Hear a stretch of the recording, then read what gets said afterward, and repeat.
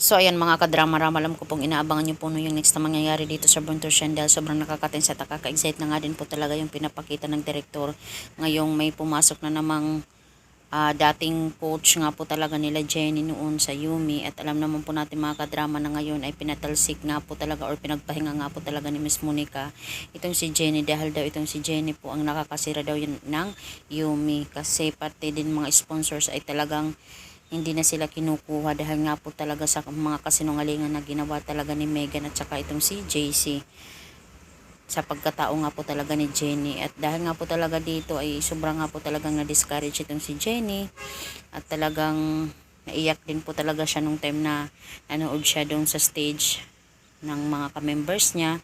At dahil nga po talaga dito ay si Miss Vanna nga po talaga yung sumalo po talaga dito kay Jenny, na kung saan noon pa man talaga ay hindi naman talaga medyo okay itong si Jenny at saka si Vanna, pero sa kahuli-hulihan ay talagang nakita ni Vanna yung pagiging mabuti o kabutihan ng puso talaga ni Jenny. So ngayon itong si Vanna naman talaga yung hahawak po talaga dito kay Jenny para talaga mag-shine po talaga siya mula sa pagkakadapa. At alam naman po natin mga kadrama na itong si Monica ay pagsasabihin din talaga, posible talagang pagsabihin din talaga ni Vanna na sinayang mo lang si Jenny Monica, papasikatin ko pa siya lalo dahil malaki ang potensyal niya. Talagang malaki talaga yung potensyal ni Jenny kung iisipin mo. Tapos ngayon talagang hindi nagawa ng paraan ni Monica na linisin talaga yung pangalan ni Jenny. Yun talaga ang nakakadismaya, yung mga ganyang klaseng karakter. Dahil nga po talaga dito mga kadrama ay posible talagang maging magkalaban pa nga itong si Monica at saka si Vanna. Dahil alam naman po natin mga kadrama na magiging sikat po talaga itong si Jenny sa kamay po talaga ni Vanna.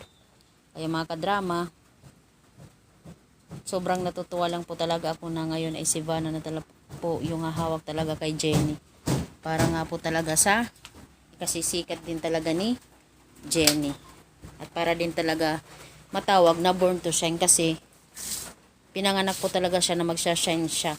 Kahit na nadapa siya, kailangan po talaga niyang bumangon muli. Kaya mga kadrama, maraming salamat again sa palagi niyong panonood.